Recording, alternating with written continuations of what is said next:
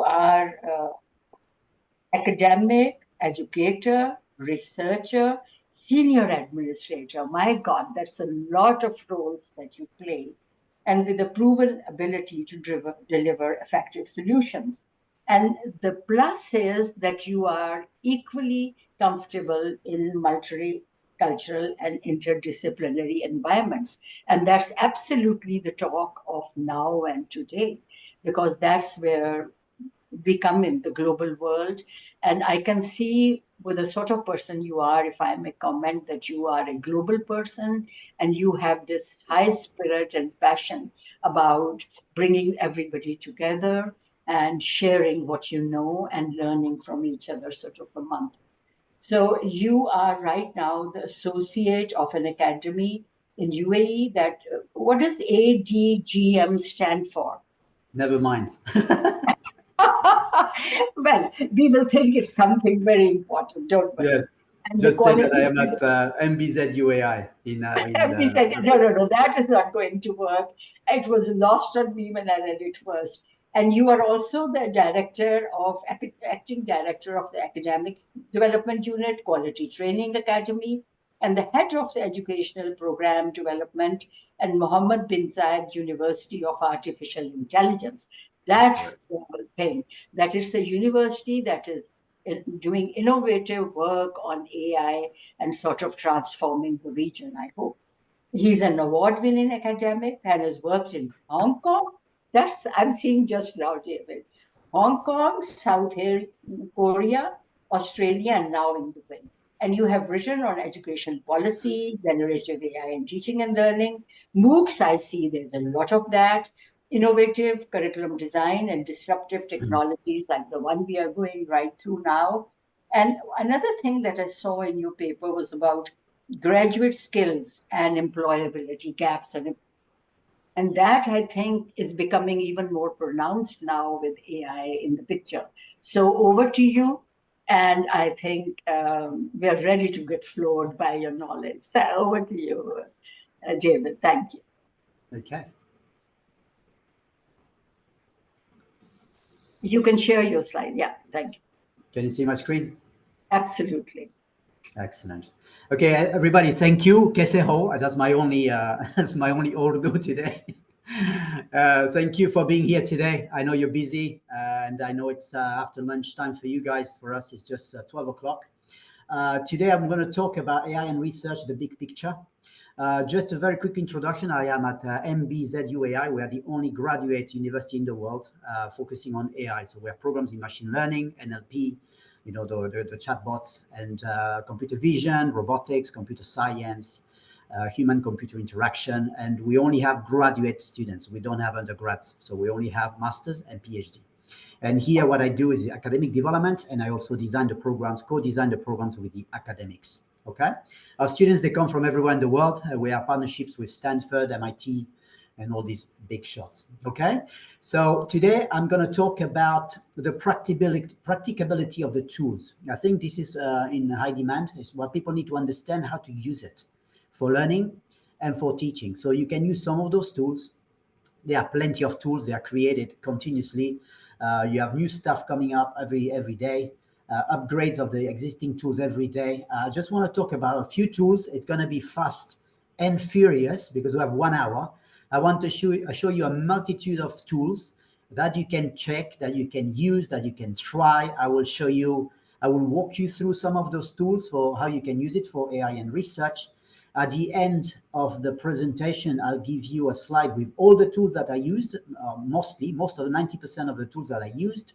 And of course, you can ask questions on the chat, and I'll try to, or you can just use your mic and ask me the questions. Is that okay? All right. If we are ready to go, fasten your seatbelt. It's going to be fast.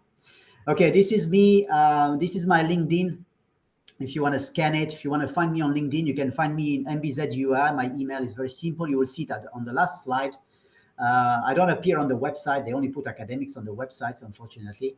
But this is my LinkedIn profile. If you wanna find me, ask me questions, give me some feedback. This is some of my research here. So you can see that I write on different things. I usually do interdisciplinary research. I work with different colleagues on different things. So here I talk with statisticians. Here I talk with people that do health communication and economics. Here I talk to statisticians. Here also, this is the latest paper, just now the latest paper on comparing for AI chatbots. What I try to do is always looking at the practicability of things. How is this practical for me? How can I use it? How can students use it? How can they help me as a teacher? Of course, we need to talk about ethics. We will talk about it very, very quickly. We can talk about bias. We will also talk about this today. But if people say, "Oh, don't use the AI," I think it's the end of the story. AI is here. It's here to stay.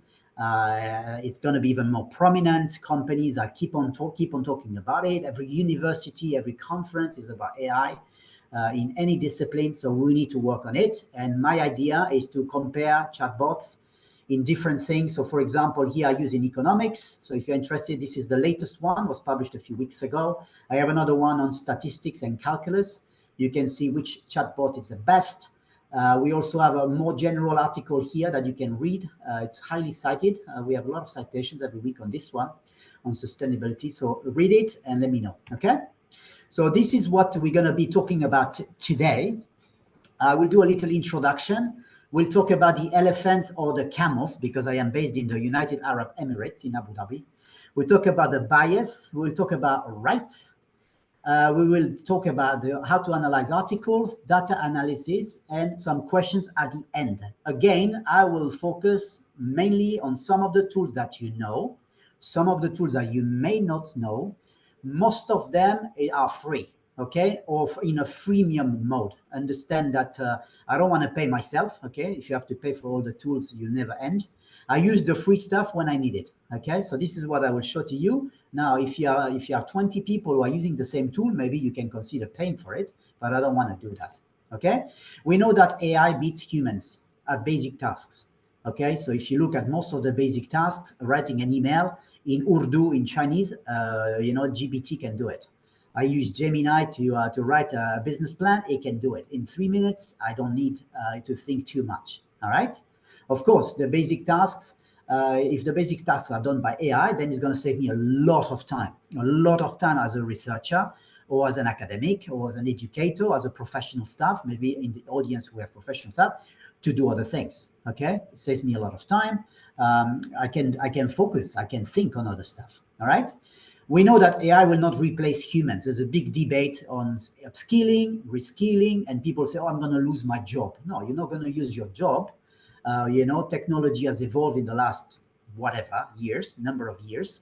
We always had to do different things as educators, as academics. We always had to learn new skills. 20, 30 years ago, maybe you didn't know how to use NVivo or SPSS or any software, or you didn't even have a computer. For some of us, when you were kids, you need to learn. All right, it doesn't mean that somebody's going to come and take my job. What it means is like, if I update my program, I update my course every year, maybe I can also update my skills every year, okay? So AI will help you. And of course, those who don't want to go with the flow might have some issues, because if tomorrow you recruit a candidate, and the marketing candidate knows how to generate images with AI, and the other guy says, "I never heard of it," who are you going to recruit to make business? All right, so this is why I'm interested in. Okay, this is an ad for Fiverr, a company. AI took my job to the next level, and this is great. All right, augmentation of your teaching, your research skills, and your learning. If you are students and if you use some of the tools. So today I'm going to use different disciplines with some examples. Maybe it's not your discipline, but the idea is to inspire you to look at what I do with it.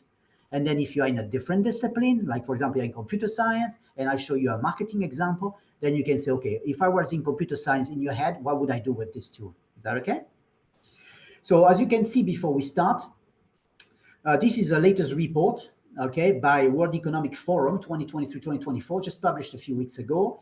Misinformation and disinformation. We have to be very careful with this. And it's also spread by generative AI, all right? Fake videos, fake news, deep fakes, etc. As a matter of fact, if you look at the current risk landscape, he appears as number 2 Here on this graph, you don't see, but here appears as number 2 in 2024, misinformation. So when we use these tools, first of all, to be very careful when you use it with students, and students, they need to have critical thinking skills to be able to understand how to use it ethically, etc., etc. Okay? Benefits of generative AI, and this is basically how I will frame the presentation today. So if you look at the things, you can say, well, coding, not everybody codes, right? But summarizes other research to save time. That's good. That's great. Speeds administrative tasks. Great, good for me. Help write manuscripts faster. Yes, I'll show you how. Improve scientific search, hopefully. Okay. Create new ideas, generate new hypotheses. This is what we will be doing today, okay? Because this is based on a report or an article by Nature, all right? So I'll show you how to do it. Let's talk very briefly, as I said, about the elephants or the camels. So we need to tell students, and I think the debate always starts the same way when new technology appears. People always start with this. Let's not use it. Let's block it. Let's not ask the students to use it. When I went to Hong Kong in October, I was in Hong Kong 2 months ago, was a different story. When I was in October 2023, everybody was like, oh no, the students, they only have 10 tokens to use ChatGPT. And I say, why 10? Why not 3? Why not 200? Why not 250? Who made that decision? Other universities, they say, oh, they have 50. Again, so different university, different one country, 2 systems. All right. And people say, oh, they're going to cheat, they're going to use it. If you look at most of the research, and if you dig a little bit in Australia, in Europe, in the UK, as you know, it doesn't mean that students are cheating more. They're actually cheating the same or cheating less. Okay. And of course, if you use like a cheating detector or academic dishonesty detector, like the ones that you use in your universities, you use it as to kill the students, or to say, or to decapitate people. No, it's not good. You have to use it as a deterrent. All right, you show them, okay, look, here you didn't cite properly, you didn't do this properly. So the students, they need to understand that when you do academic research or when you write an article, they have some things that they need to do. First of all, they have to be honest. So if they're going to use any of those tools, they need to declare it. They need to say, I use this, and it's what we do with our students. I use the GPT-4, I use DALI to generate that image, or this paragraph, or this sentence, or whatever has been used by, I use Gemini to generate this, okay? Plagiarism, AI-supported cheating. So this is what you see at the moment. And it's toned down a little bit in the last few months. People now, they start moving from panic to, okay, how do we use it? How do we train our staff? Hence us today. What do we do with this? How do we upskill, reskill in companies and in universities? It's still there, and you need to talk to your students about this. Now, we know that those LLMs, chatbots, whatever, they have a lot of bias, okay? It could be gender, race, and you have something called algorithmic discrimination. You probably heard about this. And this can be creepy sometimes, okay? We have to be very careful with this, because you don't want the students to generate something and take it for granted. First of all, they need to have the background. Every time I write an article with my colleagues, for example, if we use chatbot in economics, I need 2 experts at least in economics, professors, that they're going to check the responses. You know, I understand economics, but I'm not an economics professor. When we do statistics and calculus, we have the experts, we have professors in statistics verifying the answers. Of course, you don't have every day somebody next door, you can bang on the door. Are you an expert in climate change to check the answers of the thing? But they need to cross-check references. They need to check with books. They need to go to the library, the students. You have to ask them to, when they generate something, to check stuff, okay? But bias can be a problem sometimes. So for example, if I want to generate an image of the impact and I want to be very creative, I want to sell some art, so I generate this for you, okay? An invention of the internet during the Renaissance period. I get something quite beautiful. I can sell almost this. This is nice. You see, it's Renaissance. I can see some paintings. It's beautiful, right? But now the bias appears sometimes in a different way. Here, for example, there was an article that says that if you type Muslim people, you get this. What's this? Okay, some people are Muslim and they are not wearing head coverings. Okay, and as you can see, there is no woman. Where are the women? So this is also completely weird. What about this one here? Toys in Iraq. What's this? So you see, if you generate that in some LLMs, okay, careful, because some of them are very good. I'll show you.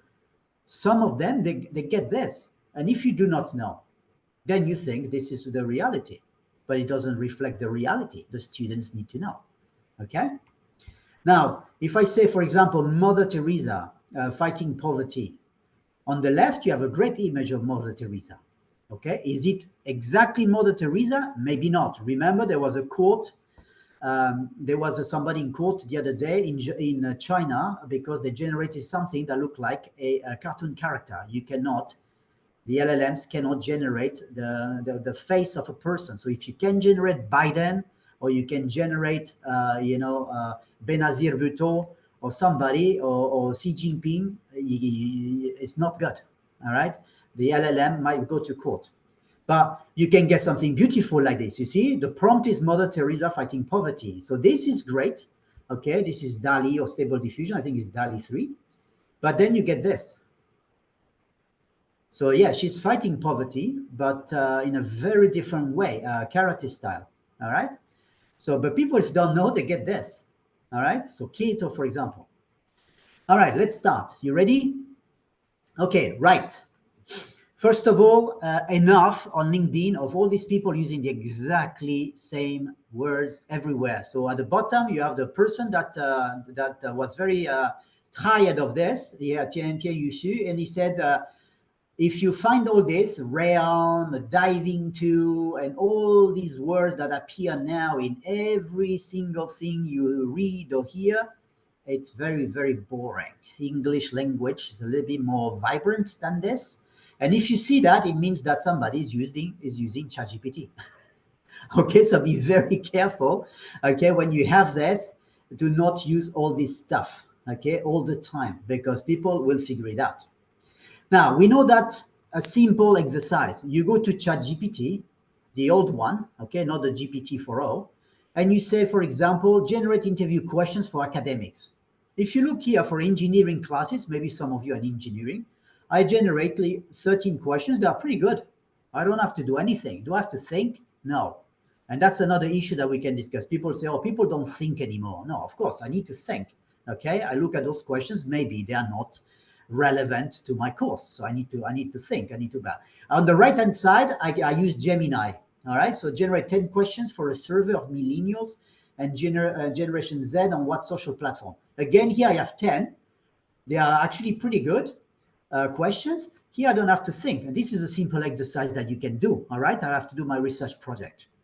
Now, some research ideas. Sometimes the most complicated is to find an idea. So I work with a lot of colleagues, and we talk about ideas. We brainstorm ideas. We bounce it back. We criticize it nicely, okay, and we say, oh, maybe this and that. But sometimes you're stuck. All right, you have an idea about what do I do for my master's, for my PhD, whatever.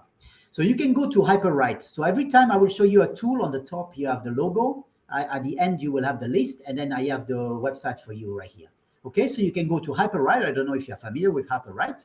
It's a brainstorming tool. Okay, so you sign up. I usually use a fake email, otherwise you are bombarded by a lot of HyperWrite emails and whatever. So I use just create an email for this, and then it goes like that. My tools, and you have problem or text description. So this is my prompt. Okay, and this is what it generates. So I said applications of artificial intelligence, writing an image generator, blah blah blah. It doesn't even have to be in proper English, and then the results right there. Okay, now I can also say I am still in HyperWrite, something a little bit more complicated. I said, in what ways is the Buddhist theory of a social contract different from the Brahmanical view of society? That's my prompt. And I go to history. You have to be careful because sometimes, these LLMs are trained on specific things. So if, for example, I go to ChatGPT, GPT-4, Gemini, Claude, whatever, you name it, and then you ask some question related to vet science or rocket science or whatever, they cannot answer, or they invent. You remember you heard about hallucinations, inventions, and whatever. So here, as you can see on the left, I have chemistry assistant. This is a kind of a religious, somehow philosophy question. I'm not going to go to the chemistry assistant. It's not going to answer my question, right? So I have to be very careful. So here I go, you see, I have education, I have business. I go to history. Maybe the historical guy here, the LLM behind can answer the things, right? And then boom, all right, he answers something. Of course, as you can see here, stop generating a little bit at GPT. Sometimes they are powered by GPT anyways. And you can see he answers. It's pretty good. All right. So sometimes you go to, for example, if you are a translator, you go to the wrong one, then it doesn't translate carefully. It doesn't translate in Cantonese, for example, for Hong Kong. It translates in Mandarin. It's still Chinese, but it's wrong. It could be like, for example, Tunisian Arabic is not, but I don't want Tunisian. I want Emirati Arabic. Okay, and you also have dialects in. I want some dialects in India. I don't want Hindi. Okay, so you have to be careful. You have to select them. It's trial and error. Now, everybody familiar with Poe? So Poe, you have a lot of things with Poe. This is my prompt. I use Claude here. And I say, provide a research question that was not explored in the literature for my PhD proposal on Shakespeare. Okay, so now you're doing a PhD on Shakespeare or Napoleon, or an emperor or something. So many things have been written on these people. So you said, okay, now I need to find something different. So I go to Claude and I ask, I am not an expert of Shakespeare. So here it says some potential research questions. Of course, I need to ask a specialist, maybe my professor or somebody when I do literature or whatever, if this question has been explored in the literature. Of course, I can go to the library, I can go to Bera, I can go to different things around the world, the databases about Shakespeare, and try to figure out if this question has been addressed. How I can go to Google Scholar, Scopus, and put this as a prompt. But you see here, it generates some things based on his knowledge, all right? Again, I have to be careful. Maybe this question has been addressed. I have no clue. Literature review. What can I do with literature review? Anybody familiar with Semantic Scholar? So here you have Semantic Scholar. I said, okay, let's be modest. Let's look for myself. Okay. And then boom, appears here, 22 results. Even if I have different names, okay, sometimes it's published as this name, sometimes here, okay? And then the first article that appears is right here. So this is good because I can PDF, I can do all sorts of things with this. Now, connected papers. I want to explore in a visual graph. So this can help me, all right? So for example, I choose a paper. So I chose this paper here, all right? I put here generative AI, teaching and learning. That's my prompt on top. I say, choose a paper to build a graph. So let's say I choose this one here. And then this is my original paper. This is my prompt. And this is what the graph generated by connected papers. This is good because sometimes I have to do the stuff. I'm going to use a PowerPoint. I'm going to do it with Photoshop. No, thank you. I don't have time. This is generated for me. I can download this. And besides, I have a summary of the paper. So if tomorrow you go to a conference and they ask you to summarize your paper on your PowerPoint, boom, done. Why am I going to summarize myself? I can do it here, okay? So this is cool. Now, EnagoRead. You heard of EnagoRead? So that's your research assistant. So you have to drop the file. So this is even simple. So you see, I just logged in. Welcome, David. That's me. Upload from the device or paste. I upload, okay? This is one of my papers, as you can see here. And then what you can do with this, you ask questions. So I say, what is the research goal of this paper? So for example, when you're doing literature reviews, you don't want to read all these texts because you have no time, systematic, for example. And then you want to see, for example, this particular paper, my paper, and you say, what's the research goal of this guy? And here you go. The research goal appears there. So now I realize that, yeah, that's interesting because now I'm writing something on chatbots and statistics, and this, I could use that. Okay, I don't waste time with this. I can look for similar research papers. And you can say, yeah, of course, I can do that in Scopus as well or Google Scholar, but it's going to take time because sometimes you type, AI and chatbots and you're going to have 20,000 papers. You're going to do one by one, reading all the abstracts like old style, old school? Probably not. Here, I get the research papers, okay? Now, Sourcely. Finish your research in minutes. What can you do? So here, no English, no nothing. I just say chatbots and higher education. That's my prompt. Let's not kill myself. I don't have time. Okay. Of course, all the time you will see pricing. They want you to pay. I don't want to pay. I just go for the free one. Yeah. Chatbots and higher education. Boom. You have all the most relevant articles on the topic. This took exactly 1 second. All right. You can say again, I can go to Google Scholar. But here is the most relevant on the topic are right there for what I need for my research, for my papers. Now, Insightful, you probably heard about Insightful. Okay. So here I put select 2 papers and we will show you how the literature connects them together. Oh, this is good. I want to see the connection between papers. Okay, so that's my professor, that's my paper, or I have 2 papers that I think could be connected, but I want to know how. So here I said, from this paper, which is my paper, to another paper, which is here. You need to have the DOI, or you need to have mostly the DOI, yeah? And this is what you get. My first paper, my second paper. And this is how it's connected. From this author, which is the first author of this paper, I am second, to me, which I'm first author here, as you can see. And again, you have all the interconnected papers here to this one, from this to this. And it checked 30,000 papers. Okay, so of course, I didn't pay, so I did 2 papers. You can do 20 papers and have the connections for 20 papers. So you can see the interconnections. And that's cool as well, because I generate a graph. I can download this graph. I can put in my research paper, and people say, oh, how did you generate this? You did it yourself, a little bubbles and stuff like that on PowerPoint? No. Finished. Lit maps. Lit maps is also pretty cool. All right. Remember, I just put the website for you here. You can take photos or whatever. Again, let's. I don't have an obsession with Shakespeare, but let's say I use Shakespeare again. Again, here you see the English, not accurate. I just say Shakespeare, depict, different social, I don't know, depicts or whatever. It's not correct in English, doesn't matter. Different social classes in his place, because I'm interested in this particular thing. Remember, if you don't remember, this was one thing identified by Paul when I said, can we identify a research thing that that has not been covered in the literature? So I use that, and then I go to Lit Map. So you see, I'm using 2 different tools now for the exactly same exercise. One to ask about research questions, brainstorm, and now I go to the second thing, which is Lit Maps. And then here it gives me all the articles that depict social classes in its place. You see, the Merchant of Venice and this. Oh, this is good. And you have a little button here that says generate seed map. Okay. And I have all the articles here. You see, I can scroll down. I will have all the articles. You see, 20 out of 236 paper based on this. Okay. I don't want to generate the seed map yet. I need to select the article. So I have to scroll down and look which one I want. So here I want the first one. And then generate seed map, and then bam. Again, very cool. The top 20 citations and references to a single article. This is the article here. That's the article there. All the articles connected together. Okay.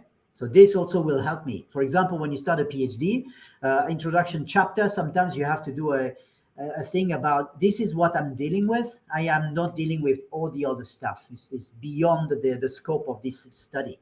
These are the articles I'm working on. Or when you do a systematic literature review, you can have a thing like that, and everything is interconnected. Of course, if you click on this, you can modify the stuff. Yeah, you can do it. If you pay, you can modify. And besides, I can export the figure, which is even better. It's going to look very cool on my research paper. Okay. You see, again here, you can move it. You can change things a little bit different from this one. Okay. And then if you start clicking on things here, then this one will move as well, because the connections are different from this paper than from this paper. Okay. Check your writing stuff. Unfortunately, like many of you, I am not a native speaker of English. All right. So, you know, the journals, when you submit to journals, sometimes they say, oh, there is you need to recheck your English, or you need to American English, or you need to check it again, the grammar, and it's not written properly. Why don't you pay for this service? I don't want to pay for the service. Okay, so what do? I go to Trinca. Do you know Trinca? So Trinca is a grammar and writing done right. What does it mean? It means that I put a text. Yeah, I put this text here. Immediately, it highlights for me the things that should be addressed. You see, I said providers have been diverse. Where diverse? In our discussion, we provide in our discussion. You see, this is great. The text is checked by Trinca and tells me, so here I copy paste, and now it's perfect English. Okay, so I don't have to pay the journal a lot of money, or some guy or a woman to help me with my English if I don't have any colleague to help me. I can, of course, ask ChatGPT to rewrite the text. When I say ChatGPT, Gemini, whatever. Okay, so I show you. This is my original text, okay, the one that was not changed by Trinka. And I ask rewrite. He can rewrite for me. But since I'm not sure about this, I'm not sure about it, my friend here, GPT. I put it on Trinka again to verify. You see, Trinka is not happy with GPT English. So this is good. So you see, I can move from different tools to refine my English as much as possible. All right, you understand the technique here, okay? And even that, you can even continue later. You will see how I will even modify this one from Trinka. I use Hemingway. Do you know Hemingway? I mean, not the writer, but Hemingway editor. So I am here. I have now my text that has been rewritten by Trinka. You see, this is my original text, changed by ChatGPT, modified by Trinka. And then I say, okay, Hemingway, my friend, can you just highlight for me the mistakes? Boom. I choose a file. So let's say I choose the file that I just finished writing. And then boom. You see here, you will highlight. So I use another text, okay, to illustrate it. See, it illustrates here, look, 6 adverbs, 0 or fewer adverbs you need. Passive voice, cut to 3 or fewer. Phrases have simple alternative. You see, he doesn't like my text. So this is great. Okay, it's going to save me a lot of time when I have to submit my paper, when I have to submit my thesis, when I have to submit whatever. Remember, at the end, if you have not generated any text, you are using this. Hemingway, for example, you don't have to say that I'm using that. Like, for example, you don't say, oh, in your article, I use Grammarly to check the grammar. It's okay. People, they assume now Grammarly are mostly in your, in Word documents or Copilot or whatever. You don't have to say that. Now, if you generate the entire article, number one, this is not ethical. You shouldn't do that, and you shouldn't send to any journal because they will figure it out, even though the systems are not very good to detect generated text, but they will figure it out. And second, you need to work, ethically as a researcher. Okay, but this is great. You see Hemingway. So I use 3 tools here. Now, write with generative AI. Okay, what can we do with write with generative AI? These are the things that I'm going to use. I don't know if you're all familiar with those. All these people are your best friends now. You have 1, 2, 3, 4, 5. Forget the Facebook friends. Forget the Instagram friends.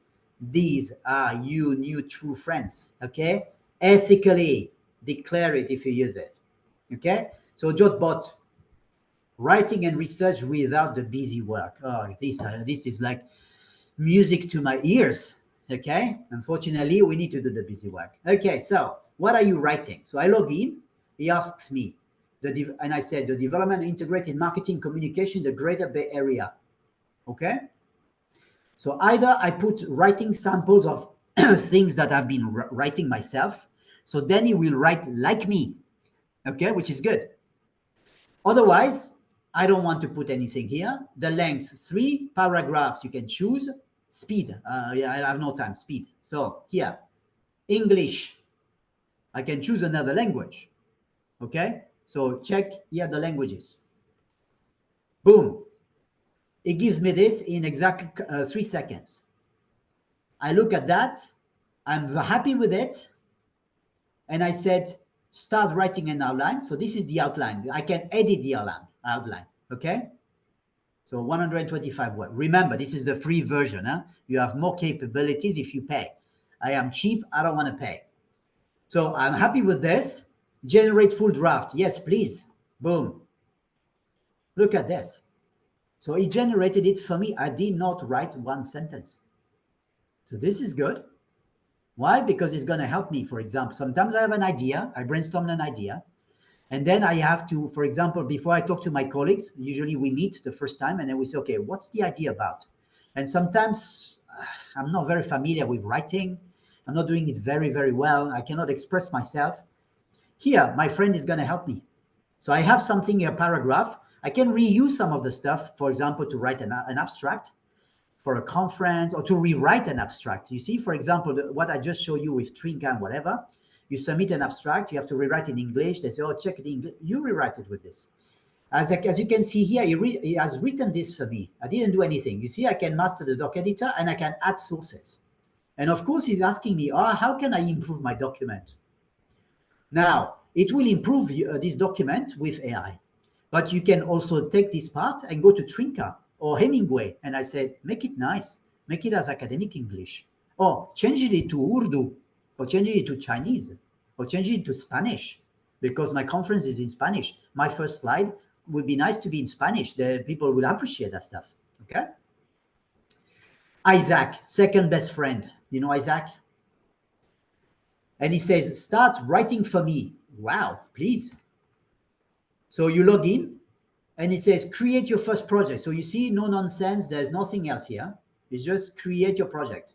I said, impact of generative AI on teaching and learning in law and the law professions. I don't know if you have any lawyers in the audience. Look, this is my text. And then type a command. And he says, ask Isaac. I don't want to ask him anything or her. I don't know if Isaac is a man or woman. Search literature. Write the next sentence. Oh, yes. Please write. Control K. You do a Control K here. And then boom. You see, it generates the next sentence for you. This is great. Look. And then you type tab and it continues generating for you. So this is good.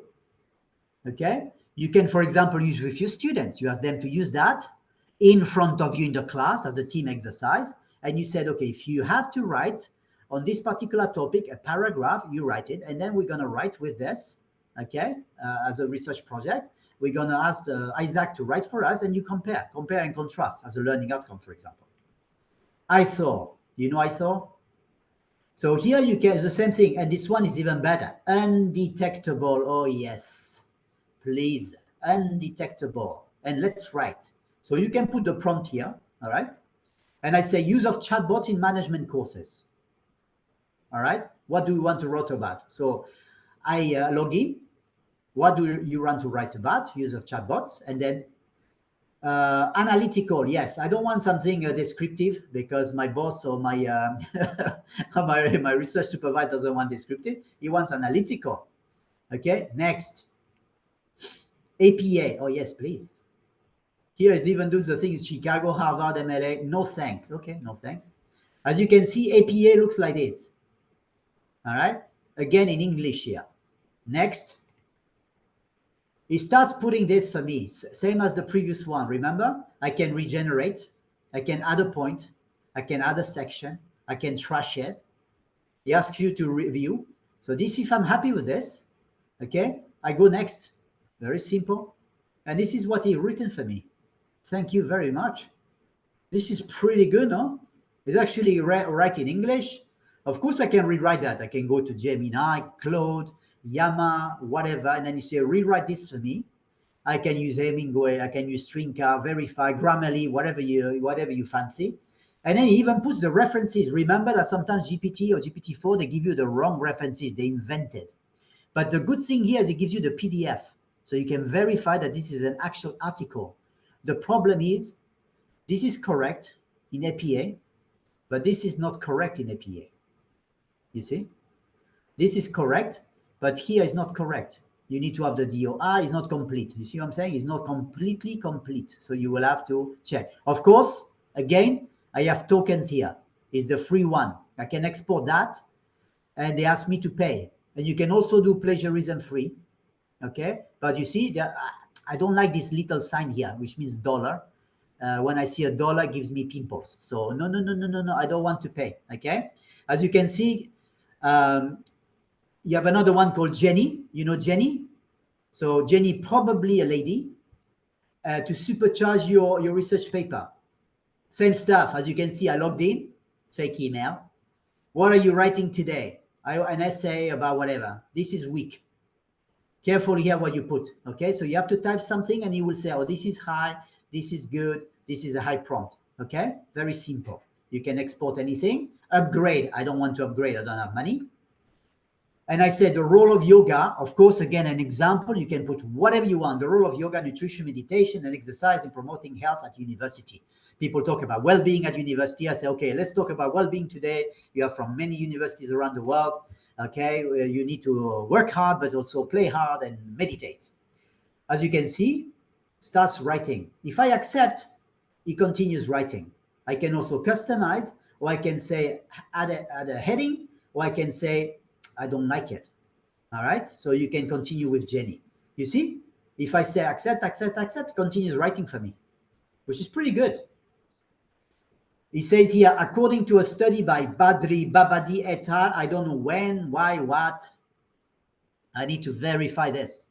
Okay, so I have to be careful here. I don't know who's Badri Babadi et al. I don't know if it exists. I don't know the year. I will have to Google it. I will have to use Scopus. I will have to verify this if it's correct. Okay, because maybe the quote is wrong. Now, I use another example for you guys. How can AI exacerbate social issues and how can AI solve social issues, for example? But if you are in computer science, if you're in arts, if you're in visual arts, if you're in Chinese medicine, whatever, you just put whatever you want, start writing, boom. It's pretty good, no? So if you read it, it's pretty accurate, okay? Paper Pal, you know Paper Pal? Start writing, it's free. Great. When I see that, makes my day. The good thing of Paper Pal is a plagiarism check, even better. And then when you log in, it says you are free. Oops, okay, free plan, yes. Get Prime, no, I don't want this one, okay? My first document, yes. So this one is actually cooler a little bit because here I said I need help writing a research article. So here I'm very, very precise, investigating the effects of acupuncture on pain relief in oocyte retrieval in IVF compared to, wow, okay, so that's the prompt, yeah? You are very precise here. That's my prompt, yeah? And then I said, I want a research article. So you have to look at the right-hand side, edit, rewrite, write, translate. You can translate into whatever language you like. You have templates. You see the templates? Templates. When you click on templates, this appears. If you don't click on templates, you will not see this. Research check. So I click on templates. I have this. What I want is a research article. Why? Because I say a research article. If I want an essay, brainstorm, title, whatever. Okay, my prompt. Then this is what it generates. I didn't write anything here. He generated for me based on my prompt. So that's great. Now I said, okay, so I have the study participants, literature review data. It's very general, you see? It's a bit general. Okay, maybe this one is okay. But then the findings were confirmed through a repeat analysis of the data. What do I do with this? It's a general sentence I can do. Okay? I have the brief description here. Field of study, medicine, results. Okay? So this is what it did. But the good thing is I don't have to spend time writing the sentences that a journal will expect from you. Okay? Of course, you cannot generate the results that you did not generate. You know what I'm saying? It's not going to invent results for you. You will have to do the work. But those sentences that you need to put anyways is done for you. You remember some journals, for example, in medicine or biology, they ask you on top, do a little summary of your article. You can use this. Okay, so this saves a lot of time. Okay, so that's the main question. Anybody notice that this was written by generative AI? No, because I go to something called undetectable AI. So I write something here, and then it says, you are human. That's good. Okay. And it's checking GPT-0, OpenAI, Writer, all this as green. Great. 0% human, 50% human, 100%. So I am a human. Yay. If you are not a human, you never know. Okay. You can humanize it. You see the button, humanize? You can check or you can humanize it, which is great, okay? Or again, you can go to Trinka, you can do the rewriting, you can go to Hemingway, remember, and then put it there and check before you put it on your article. Analyze articles. Elicit, you know Elicit? So Elicit is great. You can put the prompt or you can put the question. To what extent companies, I give you two examples here, for example. So the first example is this. Summary of the top 4 papers.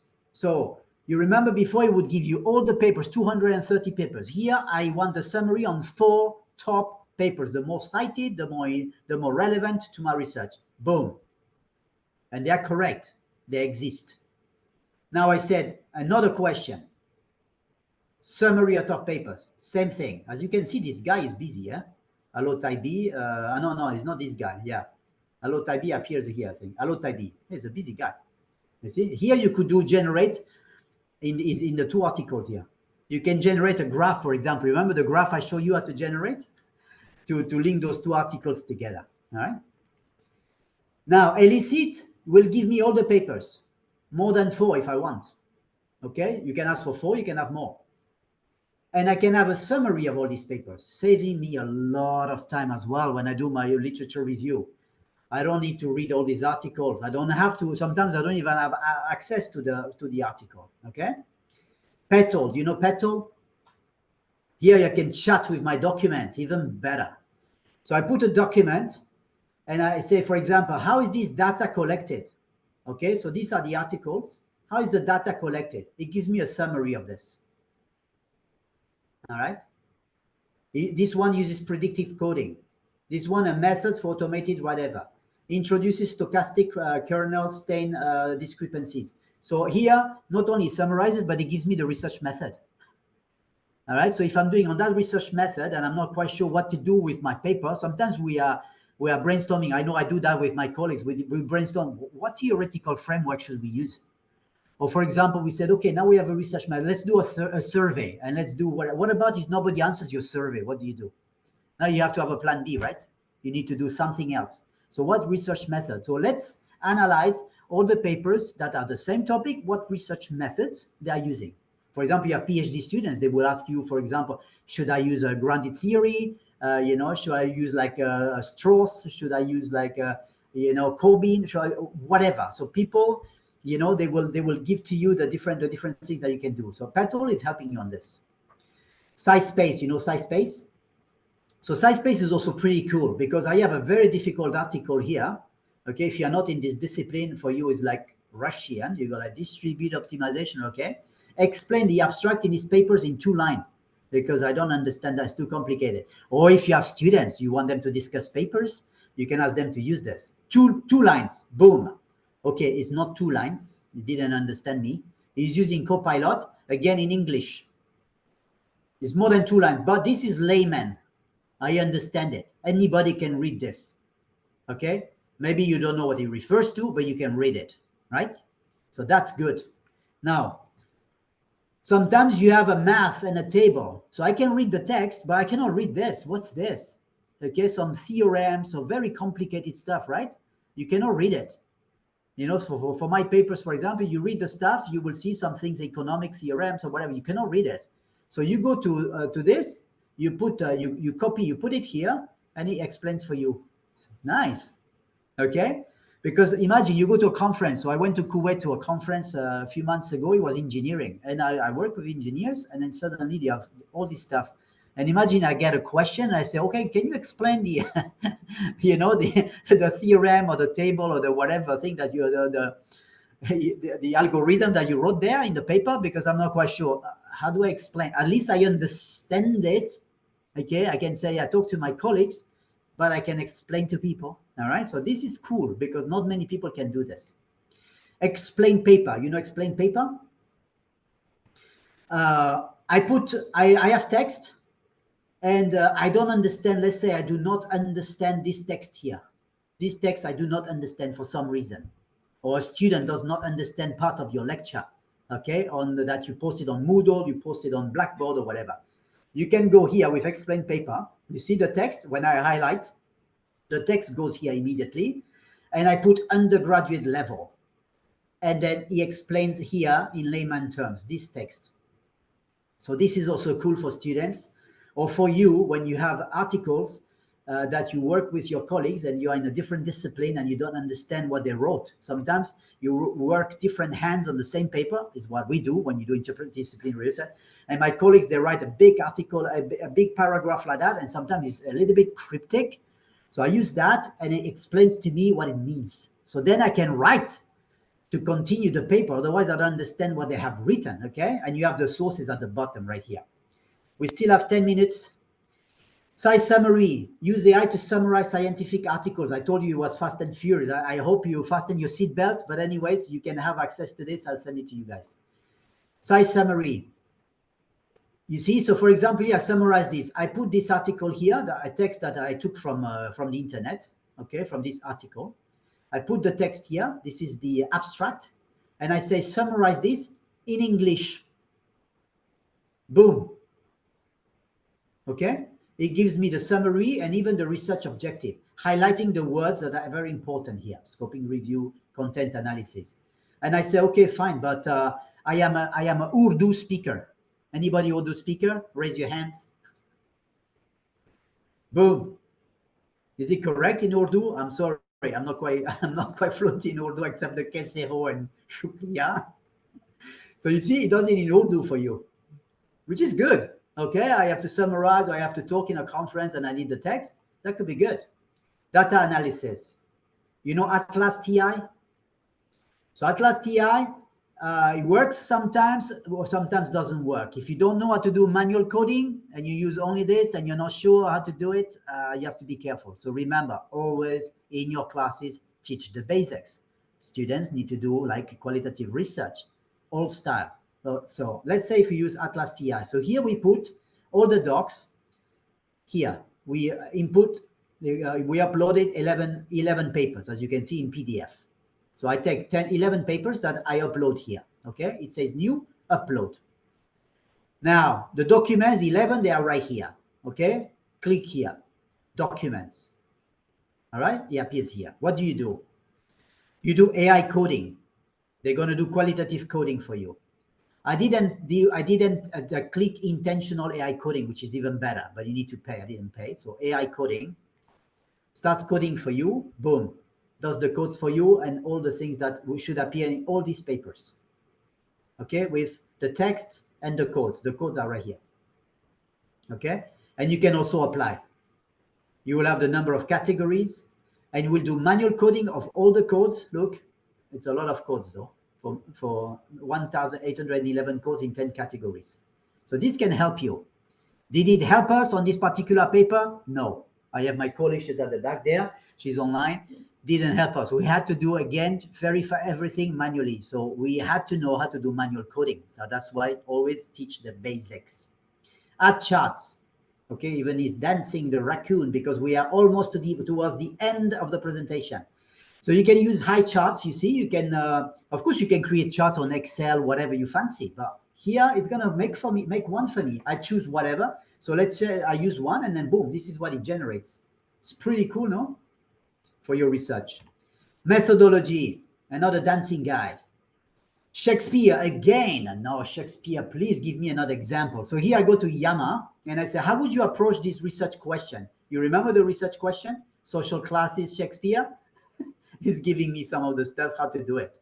Okay. Look, conduct a literature review, identify related place, select a range of plays such as, this is good.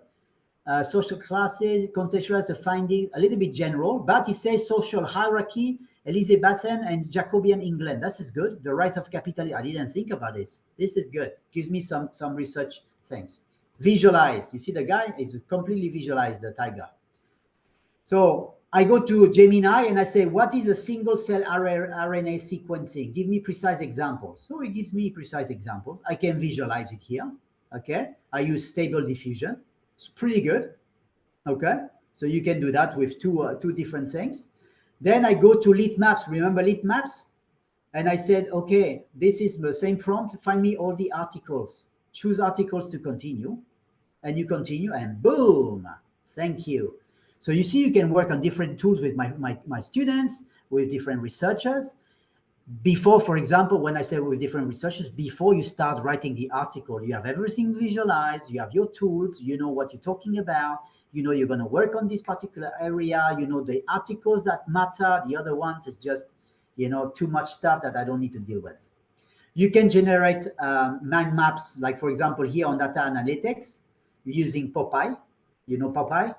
You go to new chat, I want a mind map, and I generate one mind map, which is quite nice. I can regenerate it, of course. I can use Tascade, another tool. I don't know if you're familiar with Tascade. I say create an infographic on generative AI for healthcare. This is the full infographic that you can all read. So I magnify it for you here. This is the little part at the bottom, at the top here. Okay, so it's quite nice. You can of course change it. You can add, you can remove, you can add more stuff. This is generated in 2 minutes. Huh? I can write a grant. Anybody has to write a grant? Wow, write a grant. It's complicated, right? For some money and stuff like that. No, no, no, no, no, no, no. Fear not. Easy peasy. Grant proposal generate is easy peasy. So project description, grant proposal, example, project goals. This is important. You need to put this. Since I'm tired, I just go to a university. I look at the grant here and I put the title here. I look at the goal and objective here. Okay, this is put as an example for you. This is not ethical. Okay, just giving you as illustrative to see what you can do. Okay, I put the project description, which I took from there. Okay, I told the guy before doing this. I put the project description. I use the project goals, which are right here as well. Okay, output 3, generate, boom, and this is what I get. Pretty cool, no? This is pretty nice. You see, executive summary, introduction, project objectives. Of course, you can upgrade. I don't want to upgrade. And to conclude, because I have 2 minutes left, they give me kindly 1 hour, and I want to finish in 1 hour. These are all the things that we have seen today that I wished were useful, that I wish you can try. You don't have to try all of them. Again, some of the examples were in different disciplines. Maybe it's not your discipline. The idea was to show you as many tools as possible in 1 hour, which was like quite a challenge. I can show you one thing. I can say, oh, let's use Elicit for 1 hour. It would be very boring for me, for you. I want you to see as many as possible. You can use different things at the same time. You can use one thing to do one thing and the others to do other stuff. Of course, this is about research, about generating text, generating ideas. Okay. To conclude, before I go and the questions, we are launching a new course. This is a paying course. Unfortunately, it's not very expensive. This is the little dinosaur you can use. This is the website. It's called AI for Educators, How to Start Teaching with AI. You have specific prices if you are a group of people. Starts in July, as you can see, 1st of July. These are the people, me, yay. Maybe you don't want to see me anymore, but if you want, still do this. We will create a chatbot, okay, for your course. We will create a chatbot as a project, okay, so that's great. We have somebody here, okay, the chair artificial intelligence in the US, and we have this person. So you can find our names if you cannot take the picture here. Otherwise, you can do. And this is me again on LinkedIn. And if you have any questions, and it's 1:00 p.m., yay, super good on time. Even my colleague who's down there, she said, you have 127 slides. You will never finish on time. Here you go. Done. I can, but you were brilliant. Somebody said mind blowing. I think my mind is exploding. It's not just mind blowing. And I loved your, I think you're French. I loved your, the accent, and I loved the boom. And somebody in the end said the session was totally boom. So there you go. And you have very satisfied and very happy crowd in there. There were a lot of those tools that I hadn't heard about, and I'm sure we have not even gone that far. But the question remains, David, you even told undetectable AI, How do you stop yourself from not you? I'm not talking about plagiarism. I mean, I wouldn't want to do ever anything myself. No grant. Where would you say, let's draw a line? How do you justify what you are doing? And how do you sort of state it? What do you do when you use these tools? Then what? Well, first of all, those tools I use, for example, the visualization is saving me a lot of time. That's for sure. Okay. Yeah. When there are tools, for example, to write things related to marketing campaigns and stuff like that, they will write 10, 20 times faster than I for all the different platforms. This is great. Okay. In terms of research, I look at it. It helps me to generate some ideas, but I rewrite everything. I don't copy and paste on an article. as I said, this will not be ethical, but at least it gives me some ideas about how I could frame it, how it could be, how I could package it, how I could say it, etc., etc. But you have to rewrite everything. You know that those generative AI things, they will never put the references that you need. They will never do the work. It's very robotic. Okay. Hmm. So what I do is generate the ideas for me, help me with some of the paragraphs, but I never copy and paste somewhere without declaring it, or I never use it because I want my colleagues to know that I use this, for example, but I have to rewrite. As I said, for Atlas TI, for example, we use this. The coding was not what we wanted. We spent, I don't know, we spent 3-4 hours on this. We went for lunch, we came back and I said, where are the codes? Where are the codes? And I said, okay, let's do it manually. Let's do it one by one with our skills and whatever. So some of the things are here to help you, but Hmm. at the end of the day, as I said at the beginning, you need to be ethical. You need to ask the students to declare it if they generate it. As a matter of fact, you know that these LLMs now, they will put a watermark. You will, every journal now asks you to declare if you use generative AI. So detecting it, as in the blog people say, in the chat people say, it's a challenge. Yes, it cannot be detected for most part, but I know when I go to LinkedIn and I see some of the what people write, it's generated by generative AI. This is no rocket science. If you are in this field, you will see it. It's always the same thing, the same verbs, the same robotic sentences. Okay. So people say, does it mean we all should publish smartly, expedite various stages of research with the help of AI? If you can, if for example, if I need to do the little graphs, or I need to think about, for example, how to write an abstract very quickly, the abstract will be generated by Gemini.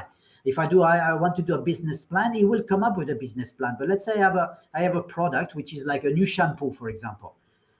If I put that, I say generate a business plan for my shampoo, and even if I put the name, my new shampoo is whatever. It can never know my values. It can never know what my shampoo is all about. I'm going to spend hours writing. Okay, my shampoo is using natural ingredients. I better write it myself, right? But at least you have the framework, you have the frame that you can use. Some of those sentences, like you saw in this example that I show you about, the cells and whatever, it give you the sentences that you can, some of them reuse, but definitely you will have to do it. Some people say it takes away from the creative genius, in my opinion. Sure, but then it creates also other things. Like, for example, I was in Australia and I saw this guy painting different things, and I said, "Oh, this is generated by AI, right? This is not painted by you." Say, "Yes," but it pushes me to think differently, creatively. And now suddenly you have a lot of people like me. I cannot draw anything. The other day I was drawing a cat, okay, and I showed that to my wife. She was dead laughing for 20 minutes. She said, "What is this? This is not a cat. It's a freak. What did you draw?" And so I cannot draw anything, but you see, I generated a beautiful painting of somebody in the Renaissance period using the internet. And it took me a few minutes just with some prompts. So now I create some stuff. Of course, you can say that it's not creative, or it's not beautiful, or it's awful, whatever. But it created something that I wanted. Okay, so it will push other people to be even more creative. Okay, for example, I know a lot of researchers. They write PhDs, okay? So they have a PhD. But you ask them, can you write an article with me? They are incapable of doing this. Or the other way around. They write articles, you say, why don't you do a PhD? And they said, no, the magnitude of it is too complicated. All right, why? I don't know how to write this, how to do that, because it's too big and whatever. These can help you generate ideas. Of course, you are not writing your PhD with generative AI, non-ethical, and it's not going to be able to do it. But it can help you to give some ideas, some directions. It's okay, I'm stuck here. Can you give me something? And this is what we do with the chatbots. Some of the research that we do. Okay, I am stuck. I go to the lecture in economics or statistics. I don't understand anything that the professor just said. I go home 24/7. Can you answer my question based on what the professor said? Sometimes they answer, sometimes they're not. Okay, but at the end of the day, it's a tool. Like I'm using a tool to go from one place to another. I'm using a tool to do this. I'm using Grammarly to make my grammar. I'm using Google to find information. Let's ban Google. Let's ban everything. Okay. Some people say, great, since the number of tools is a bit overwhelming, I just have a question. Out of all the tools mentioned, what would be the 2-3 best tools? I think Lit Maps is good. Okay, I will use any of the Geminis or GPT 4.0. Okay, and it depends. Again, it's hard to say for research. with the document. Yeah, explain paper is good as well. All right. Very nice info. Thank you very much. Please do share the slides. Oh, I'll have to charge you. No, I'm just kidding. David, Please. you're impossible. I think the is okay to write your whole thesis. I think the point of our session is using AI for assistant. Exactly. Yes, of course, it's for assistant. It's a tool. What about conceptual maps? Yes, Taskade can do the conceptual maps for you. Okay, and the other tools. AI using tools. It helps research process work with using new and greater tools. Yes, amazing. Thank you. Thank you, Saka Khalil Tour. Such a great session. Thank you. Great session. Thank you. Wonderful session. Thank you. I'm blushing now. Completely boom. Thank you. For sure, the session is very informative. Okay. I will experiment with Elicit. Yes, that's the point. Thank you. Try it. If you are at least one of you is using one tool, use it and see how it works. How can developing countries effectively compete in research against those leveraging pay AI tools, considering potential disparities?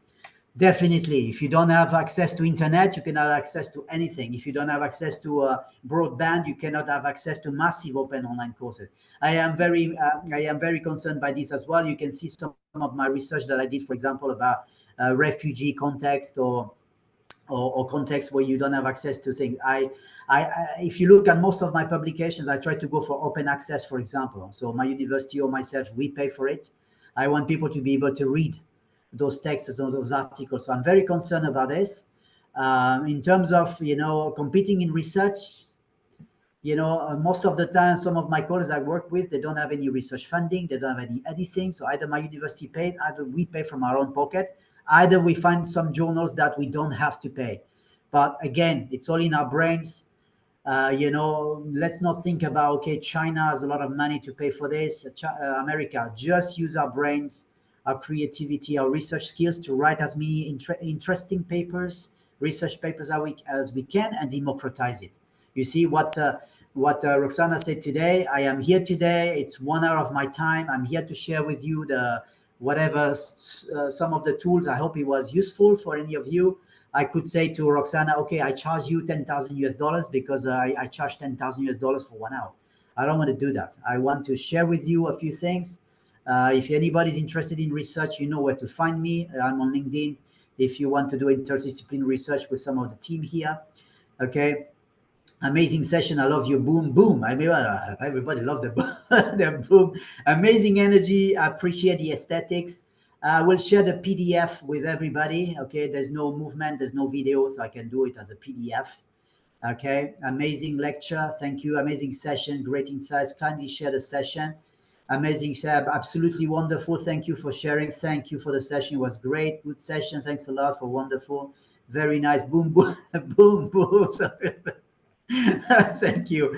Very enlightening. Great session. Very informative. Thank you. Interesting. Okay. Any questions? I have a question. Okay. Medis all know the detachable now, but for some point in the future, there will be tools which will detect this all. And how is this ethical? Because they are tools which are giving us everything and someone masters them. All them creating papers for them will be very easy. So please shed some light on this. Yes, of course. The plagiarism tools, they will get better. But, now at the moment, they're asking you to upgrade and pay a lot of money for they cannot detect it. At some point, they will be able to detect. But as I said to you before, declare it. Okay? If I'm using something, I will declare it. So there's no problem. The journals, they say, please declare any paragraph, any place, any image that you generated was written by generative AI. You can do that. As a matter of fact, our students, if they we cannot ban our students from using it. We are the only university in the world of AI. So we're going to say, no, don't use it. We create the chatbots here. So we're going to say, no, don't use AI. They declare it. They have to have the supervisor's approval, and they declare. The supervisor said, don't use it. Don't use DALI. Don't use Stability. Then they don't use it. That's it. But if you use it, just declare it, and then there's no problem. It's the same as when you use the plagiarism checks in your universities. Okay, they make mistakes sometimes because it's not. They look at your article and then they say, for example, oh, I had an apple yesterday. Oops, being plagiarized. Okay, so I can't say anything now. All right, because some poet said I had an apple today. So this is plagiarized from whatever text. Now, come on. It's on a case by case. And of course, some tools will get better. The LLMs will get better to answer your questions and your prompts better. That's for sure. At some point, people will be able to detect, but most of the time it will be that you will have to declare it. When you see posters in Dubai, I am in Abu Dhabi, but you go to Dubai or Abu Dhabi in the UAE, you will see some posters said this image has been generated by AI. People, they declare it. Okay. The other day, I did a video for a university. I was talking to Abu Dhabi School of Management. I created a video for them. And then the day after, they had the board of trustees and the chairman and whatever. And then they say, can we use your video? I say, yes, but you see that it's robotic, it's created by generative AI. I say, yeah, no, we will say to the chairman, this is not a video that we created. You created it and it's generative AI. Okay, so when it's clear, it's fine. How can we get the recording of today's session? I don't know. Great lecture, thank you. Does declaring something makes it right? It doesn't. I didn't say makes it right. I just said you don't have to use the tools. It's up to you. If you want to use it, declare it. Okay, it's like it doesn't mean it's right. If you want to ban it, you want to ban the students from using it, be my guest. Now, if you authorize them to use it, and remember, tomorrow they're going to be looking for jobs, and everybody will be asking them, "Oh, can you use generative AI to create this?" Can you? No, because we were banned from using it. Okay, so I said that in Hong Kong the other day, for example, and I said, "Okay, so you banned your students from using it. How many of you in the room, educators, are using it?" Everybody was me. So you can use it, and they cannot. So they're not going to have the skills, the graduate skills, to be able to find the jobs. So sometimes, we have to be careful. Honestly, a very informative, insightful session. I've learned so much in a short span of time. Boom. Thank you, Dr. David. Oh my God, that's going to be the word of the day. Thank you for such an informative session. Thanks a lot, team, and Dr. David, for such an impressive thing. I love the resource catalog, but I have a question. I know I can use some of the tools to answer the following question, but I'll ask it anyhow. Have there been any studies that look at how much learning is actually done by someone who uses AI tools versus, there are some recent ones in the last months or so. Some people are using stuff, how people learn better with tools. Okay, so you look at some papers, Stanford, for example.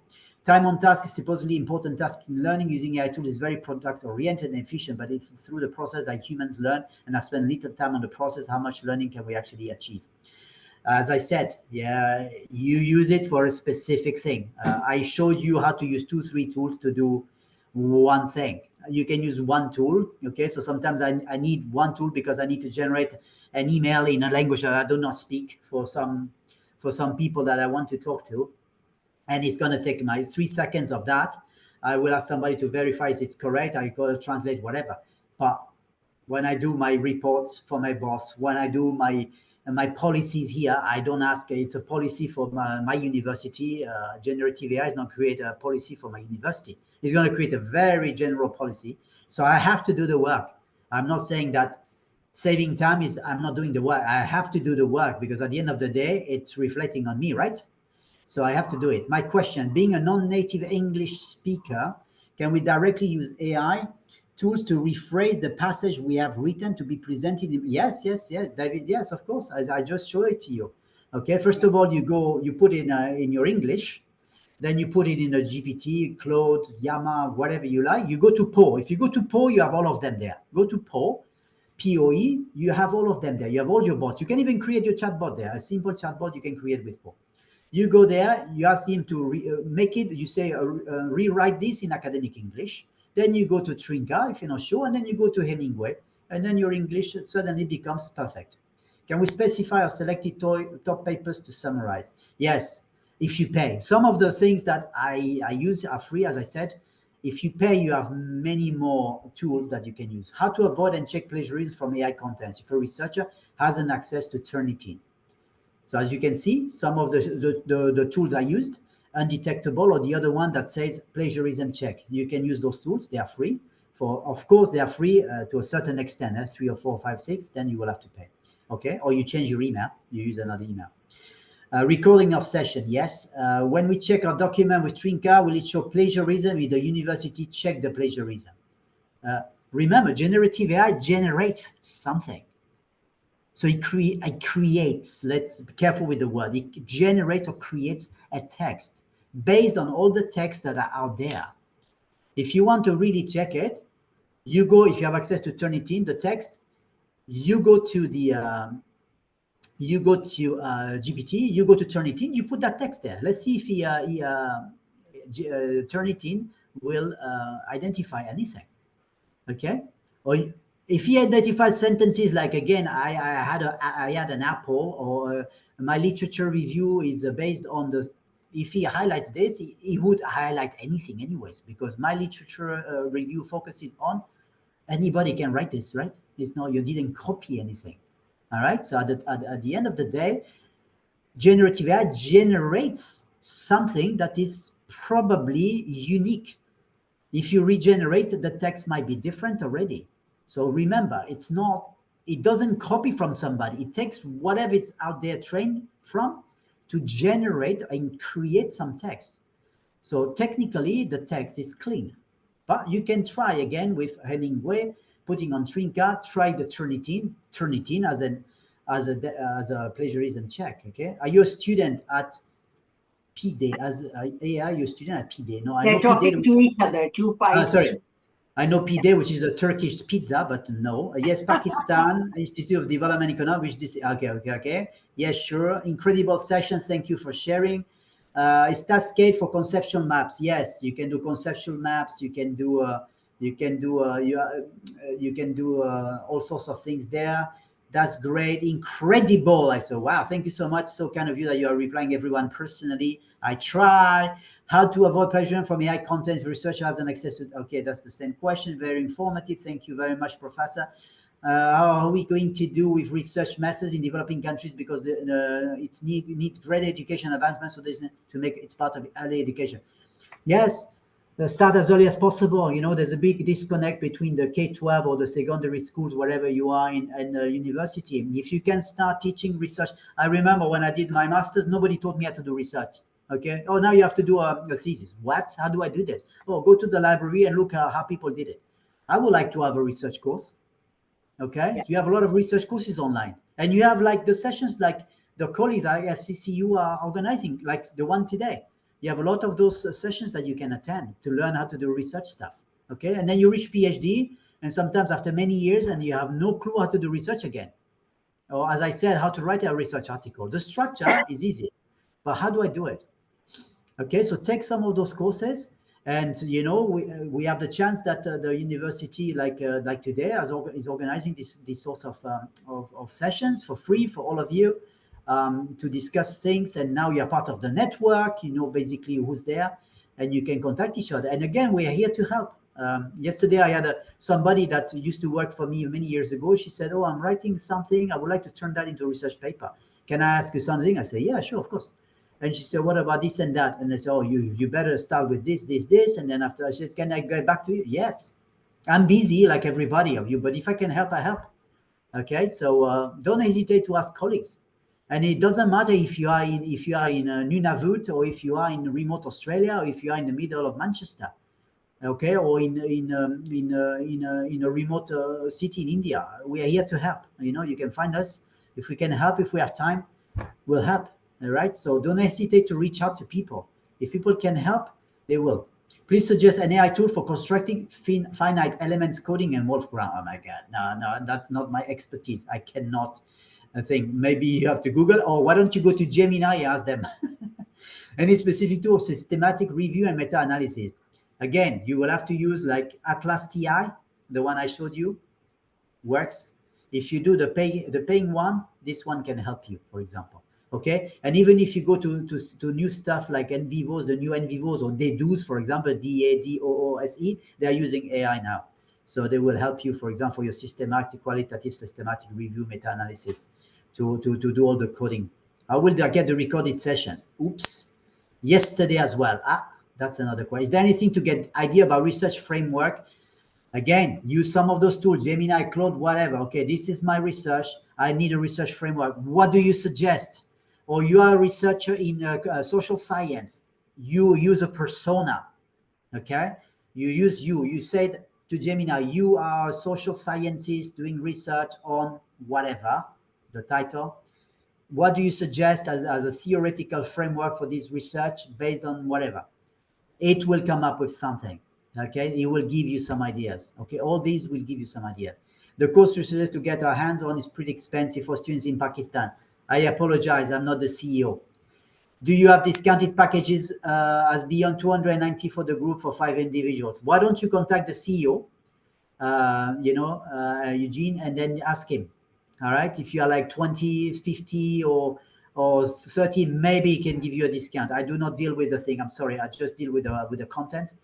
Contact the CEO. Maybe you have the number, and then or he's on LinkedIn. Contact him and say, okay, we have a group of 20 people. Can you please? We're in Pakistan. Where we don't have so much money. Can you please help us? And I can relay the message to him, of course, and tell him that some groups will be interested in this. Wonderful session. Quick question after all the tools you mentioned. Okay, so this we already addressed. So are you doing work for AI generation in less developed countries, making place in research field and technical of tools of research?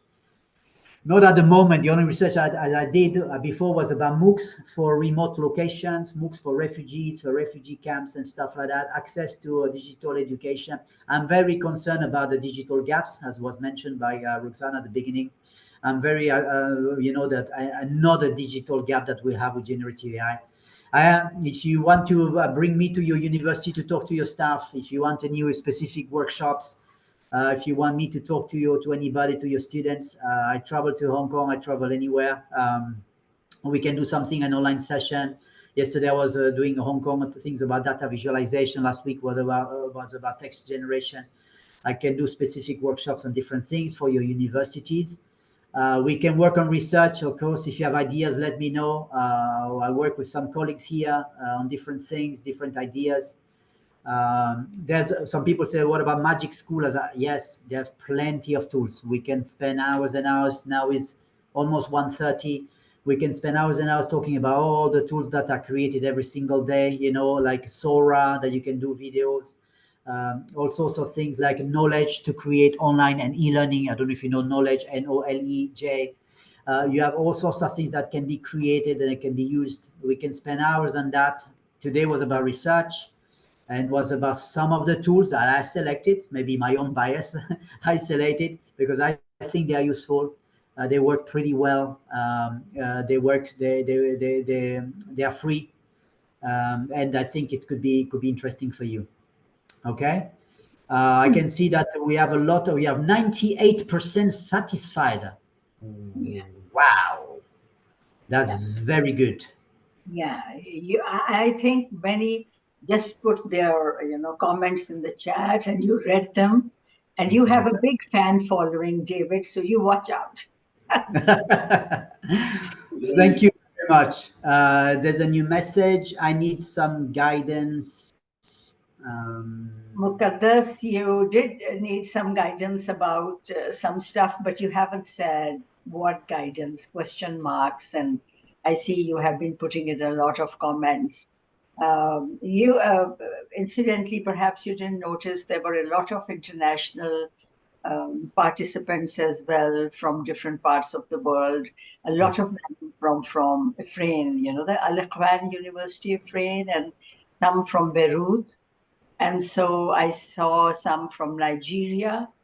And so there were a lot of, I haven't gone through the whole list, but we had a lot of. How many participants at the moment? At most of the time, within an hour, you were 250. Oh, nice, Now, nice. After 1 hour, people have left for probably Yeah, class. it's lunch and things to So do. no, Egypt. so we are down to 181 now. We have people from Egypt as well. Very Hello, nice to have you here. Alexandria University, I'm sure. Beautiful country, Egypt. Yeah, it is. That's true. It's a beautiful country. And so the last line that you said, that I'm available for moving around. So don't sleep too long on that. We might make a call about that soon. You are amazing. I think in person it will be even more exciting. So we'll have a talk sometime about what next. We did do an AI course, which was very, very comprehensive, just very recently with international experts like you. And they did a great job. It was very well planned and very well structured. And this was left out of it precisely because we wanted to cover it in our research course, as I said. Do have a look at our research course.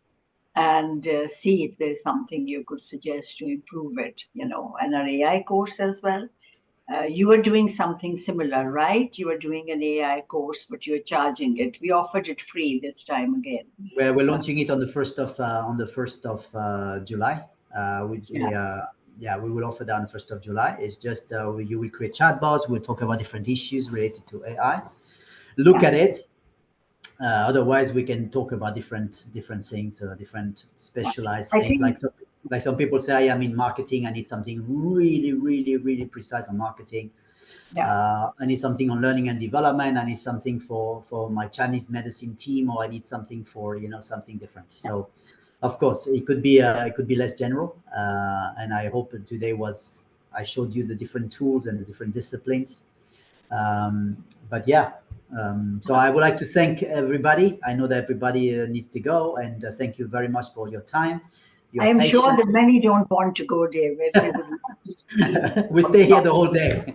Yeah, you Some could people, and do that. But one thing I think the message that you leave with is that ethical